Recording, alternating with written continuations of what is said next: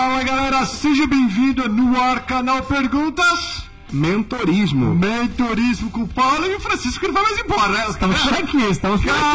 Você está disputando com o cavalo pra ir embora. Nossa, o Thomas vai ficar com ciúmes, hein? Vai ficar. Thomas, não fica com ciúmes não, sua cadeira tá guardada aqui, fica tranquilo. É o Guri 2. O Guri 2. Você é de São Paulo, né? Eu sou de São Paulo. É da Moca. Nasceu lá em São Paulo? Nasci em São Paulo, nascido em São Paulo, morei minha vida inteira em São Paulo e viemos pra América em 2014. Você já trabalhou de office boy? Sim, e muito, né? Então. Comecei minha vida... Na verdade, assim, meu primeiro trabalho não foi office boy, meu primeiro trabalho foi no McDonald's, na Avenida Paulista, naquela casinha rosa ao lado do Club Homes. Uhum. Ali foi o meu primeiro emprego. Caramba. E eu digo que é o exército da molecada. Eu, se puder, vou colocar meu filho para trabalhar no McDonald's. O McDonald's fez uma diferença gigante na minha vida. É impressionante. E bem rápido sobre esse tema McDonald's, o McDonald's nos Estados Unidos, aqui também. O McDonald's aqui é como se fosse o office boy lá em São Paulo. Aqui a criança vai pro McDonald's. Existe um mundo por trás. Você sabe, né, Paulo? Sim, sim. O McDonald's não é para adulto. O McDonald's é para jovens que estão começando a carreira e não sabe direito para onde ir. Assim como os garçons em restaurante aqui, eles são universitários. Uhum. O cara tá ali pagando conta e é uma profissão transitória, né? Que dá grana, viu? Vamos dar. Dá muito dinheiro. Paga a faculdade. Exatamente. Quando um garçom vai falar que paga a faculdade, né? Se acontece no Brasil, o cara nem vai fazer uma faculdade. Vai ficar... Vamos lá, então. Essa aqui vai ser bem... Cadê o Paulo? Cadê o que eu mandei pro Paulo? Agora não acho aqui. Paulão, cadê você aqui? Pera aí. É que um monte de fica mandando, daí some a pergunta, achei. Ó, essa daqui, ó. Existe profissão de professor de reforço, tutor a domicílio. Que a gente lembra, o serviço aqui é caro, né? Ainda mais para tua casa, para teu conforto. E aí? Sim, existe. A gente teve recentemente o outro lado da moeda. A gente teve recentemente aqui o William. Uhum. E ele, além da FISC, ele tem a Silvans, que é uma escola de reforço. Uhum. E você vai lá, reforço das matérias, propriamente dito. Assim como você vai ter o Kumon aqui também, que dá aquele reforço de matemática com uma metodologia diferente. Uhum. Sim, você tem. Você tem um mercado, inclusive, eu acho que ele é relativamente interessante. Mais ou menos aí, estamos falando de $40 a hora.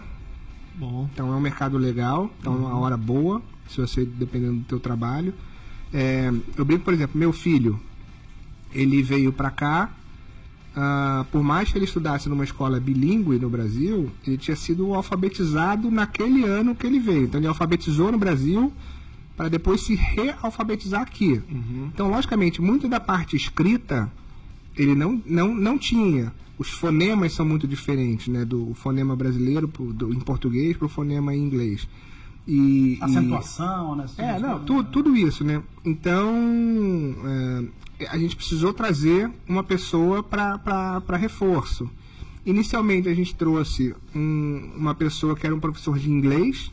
Uhum. O cara dava aula de inglês, mas para adultos, para começar a trabalhar com ele. Ajudou bastante. Mas a gente viu que precisava de uma pessoa que fosse, que lecionasse para aquele ano, para aquele nível, ou seja, para criança. Uhum. E a gente foi na professora dele, da escola, e na verdade queria que ela desse aula para ele. Ela falou que não poderia, ela não poderia ser a professora dele da escola e também ser a professora de casa. Uhum. E ela indicou uma professora da mesma escola, a escola pública americana. Uhum. E aqui é interessante que as escolas funcionam, o horário é igual, trabalha até as 3, não trabalha depois disso. Então, das 3 para frente, a professora pode fazer o que ela quiser, enfim, desde vender roupa até dar aula de reforço. E ela veio aí veio a professora do 5º ano da escola dele. Uhum. E que é interessante que a gente tem, aí acaba tendo essa interação das duas professoras, uma conversando com a outra sobre desenvolvimento, sobre o que uma acha que a outra tá, o que ela deveria tá fazendo com ele nesse extra class dele em casa e tudo mais. E ele faz 3 vezes por semana para reforço da escrita, gramática, que acho que isso é o que mais que é o que mais pesa, né, quando você vem de um país diferente. Mas a escola em si, ela oferece um serviço aos sábados, e isso não é só para brasileiro ou para estrangeiro, até para americano, porque americano tem os menores que podem ter dificuldade, que eventualmente, pensando em escola, a escola, eu não sei, eu não posso dizer questão de se ela ser obrigatória ou não, mas ela é gratuita, né? A escola pública, ela começa a partir do primeiro ano, eu acho. Eu não sei se ela já tem... O kindergarten já é o primeiro. Já. Porque Kindergarten já é obrigatório. Obrigatório o que você está falando? Né? Você tem os pre-Ks que não são obrigatórios, na verdade. Não são obrigatórios, isso aí. Seria o nosso jardim da infância. Jardim da infância, Então, que o pai pode segurar a criança basicamente até os 5 anos em casa. Então a criança dependendo da criança, ela só vai começar a ter contato com livro, com qualquer coisa, dependendo do nível de instrução do pai, com 5 anos de idade. Então, por exemplo, o Guga foi começar a ter esse contato pesado com os livros em inglês lá com seus 6 ou 7, agora não vou recordar, de idade. Então, logicamente, está mais atrasado na questão de leitura e na questão de escrita do que as crianças que os pais estão botando para ler, sei lá, desde os 3, ver um livro, ver estrutura de palavras, essas coisas, tudo faz a diferença, né? E fora o ouvido que ela já tem escutando inglês todo dia. Então, esse mercado é um mercado que existe, é um mercado que logicamente, ele é muito interessante, inicialmente pode focar direto nos imigrantes, porque aqui você tem imigrantes de todo lugar possível do planeta vindo para Orlando, porque é uma cidade família, né? É uma cidade que está recebendo as famílias, do que, por exemplo, o perfil de imigrante que vem para cá já é de família constituída, tudo isso. Você tem o mercado, depois você tem uma possibilidade diferente, que é você fazer curso de inglês para os brasileiros, por exemplo, mudou a família toda para cá. Um já veio com business, a esposa ou o marido não, veio como o marido ou a esposa do cara que trouxe um business. Pô, será que esse cara veio com inglês? Então você tem aula para adulto de idioma para essa galera, que às vezes o cara não quer ir para curso, não quer ficar, o cara quer fazer em casa. Você tem os cursos, você pode fazer as aulas online também, via Skype, via aplicativos e tudo mais. Então você tem uma série de serviços que são bem fortes. O que eu vejo em termos de aula de reforço e tutor? Eu vejo muito o americano dando aula para essa pessoa que está com dificuldade no inglês. Que está com dificuldade no inglês ou em matérias específicas, história, enfim, qualquer uma que seja. Por quê? Porque o cara que teve toda a instrução dele aqui, né? O cara que conhece a matéria dele aqui, ou o professor conhece a matéria dele aqui. Porque não adianta, às vezes, você pegar simplesmente um professor que era no Brasil para dar aula aqui. O que eu vi, eu não lembro o nome, que era de Boca, eu não sei se isso já tem aqui em Orlando, que você tem iniciativa de um grupo de brasileiros trazendo aulas de, por exemplo, história do Brasil aos sábados. Para fora. Entendi. Para te dar a aula de história do Brasil, que são coisas que você perderia, ou geografia, ou matérias do Brasil que você precisa, que teoricamente, não que você precisaria, porque se a criança está mudando para cá, ela teoricamente não... Mas tem pessoas que estão passando um tempo aqui. Sim, né? E tem pessoas que querem. Eu não quero que meu filho perca a cultura brasileira, eu não quero que meu filho perca uma instrução brasileira. E aí você tem também esse tipo de aula focada literalmente focada no imigrante brasileiro, né? O que foi, Franciscão? Não, eu tô pensando aqui, o Paulo tá comentando, pensando um pouco no meu filho, né? Então, quando a gente chegou na América, o Felipe tinha 3 anos. Então, ele foi alfabetizado aqui. Então, esse passo é um passo importante, né? Para você que está assistindo a gente.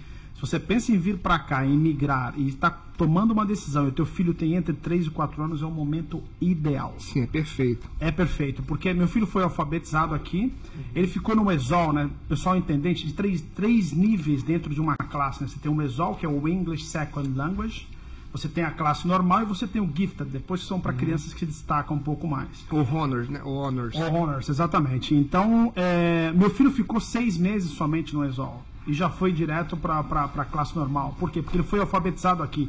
Em contrapartida, existem muitas palavras e muitas coisas do Brasil que ele não sabe. Ele me fala em inglês e fala, papai, como é que é isso em português? E a tendência é isso piorar. Exatamente. Eu falo assim, acabar. Exatamente. Então, por isso que em casa a gente mantém o diálogo em português, né? Quer dizer, em casa a gente só fala em português. E a gente está pensando em colocar ele nessa questão do reforço de português, né? Porque realmente a gente faz em casa. E é um nicho bem grande aqui em Orlando, no caso, tem muitos brasileiros. Então, por exemplo, o meu filho já não consegue mais escrever em português. Por quê? Porque ele teve 1 ano de alfabetização em português. Então ele não consegue mais. A gente pensa em realfabetizar ele em português. Mas eu não quero fazer isso agora, porque eu não quero confundir mais a cabeça dele ter esse desafio da escrita e da leitura em inglês. Eu tenho que recolocar um segundo desafio dele falar, agora vamos ele fala tudo em português, mas escrever ele já não escreve mais. Então é um mercado que essas crianças que foram alfabetizadas aqui, se o pai quiser, ele vai ter que contratar o reforço. Aí sim, é um professor brasileiro, é alguém, o ideal é que seja alguém que seja de fato um professor que possa dar essa aula. Então você tem esses dois, você tem o segmento do cara que foi alfabetizado, ele em outro idioma, ele quer voltar a ter o português, ou o pai quer que ele tenha o português, para ele não virar, vamos dizer, como a gente brinca, sei lá, um analfabeto funcional no Brasil, porque ele é brasileiro, mas não escreve. E o lado do reforço em inglês e das matérias aqui, porque não só você tem que aprender inglês, você tem que aprender matemática em inglês. Que as matérias são diferentes também. A geografia é diferente, a história é diferente. Não, porque são 2 desafios. A matéria ser diferente, ela ser diferente no outro idioma. Explicarem. Então, são 2 coisas ao mesmo tempo, né? E o negócio sobre falar inglês, eu sou casado com uma americana e eu tenho 4 filhas, meus filhos não falam português, tipo assim, não falam bem ruim. E com certeza os filhos de vocês, eles vão falar eles vão aprender o português igual vocês aprenderam o inglês. Cada profissão que você faz, você aprende o inglês diferente. Mas, por exemplo, teu filho fala com você perfeito em português, mas se você falar sobre construção civil no Brasil, ele não sabe, não conhece as palavras. A mesma coisa, com certeza. Né? Exatamente. É só aquilo que eles ouvem que eles vão continuar. Igual a gente, quando está aprendendo inglês sem escola, nós aprendemos inglês baseado no nosso trabalho, que a gente passa o dia inteiro fazendo isso. Você aprende tudo daquilo. Então, muitos imigrantes que estão ouvindo a gente ou assistindo agora, falam, pô, é verdade. Dentro do meu trabalho, eu domino. Mas se eu for no Walmart, eu não sei pedir nada. E aquilo que você não usa cai em esquecimento, né? Quer dizer, quando você não usa a língua, né? Você não escreve, você não fala, a tendência é que piore a tua escrita, a tua compreensão. Então, com meu filho eu percebo isso também. Então tem muitas palavras. Além do que você tem o fato da criança que foi alfabetizada em outra língua, ela não conhecer algumas palavras. Sim, exatamente. Ela não conhece. Então ele fala inglês e eu tenho que dizer em português para ele o que é, né? Então você tem o desafio do aprendizado da palavra. Além da questão da tradução, às vezes tem um aprendizado do que é. Do que significa aquilo, a palavra. Então, para terminar este vídeo, lembrando, se você é professor no Brasil e quer ensinar aqui, vamos falar, reforço de português, talvez até matemática, não sei, até daria, mas lembrando que você vai ensinar em português e a criança vai ser perguntada para ela em inglês, a criança tem que ser muito inteligente e street smart para entender o que você está falando. Não vai funcionar, na minha opinião, eu não contrataria uma pessoa assim, eu faria com o Paulo, pega alguém que já está acostumado a ensinar em português ou em inglês. Agora, se você quer ensinar português, você leciona português, ou estamos falando piano, vamos falar, professor, piano, instrumentos musicais, tudo, com certeza existe a possibilidade se você for ensinar em português para Bra. Agora, não tem muito a ver com isso, com o tema específico, mas ele não tem a ver diretamente, mas acho que é uma coisa interessante. O mercado que eu acho que é legal aqui é porque o americano valoriza muito a forma como o brasileiro cuida dos filhos, a forma mais carinhosa. Se você tiver estrutura, tiver todo bonitinho e tal, um daycare seria o jardim, que esse é o lado do jardim de infância, né? Que é o pre-K3, isso não é dado, isso é pago, e às vezes paga, sei lá, $150 até $200 por semana por criança. E Daí pra mais, viu? Americano. e a gente já viu alguns daycare que são lamentáveis, das crianças ficarem largadas na tua casa e fica lá, né? Então, assim, se pensar em estruturar um negócio legal, um daycare direitinho, isso E dá bastante dinheiro também. você pode abrir dentro da tua casa, se tiver um espaço maneiro e tal, cara, fazer umas oficinas disso, oficina daquilo, de leitura e tal, vai ganhar dinheiro, esse negócio é bom. Muito boa ideia do Paulão. Tá aqui, galera. Aqui é o país do empreendedorismo.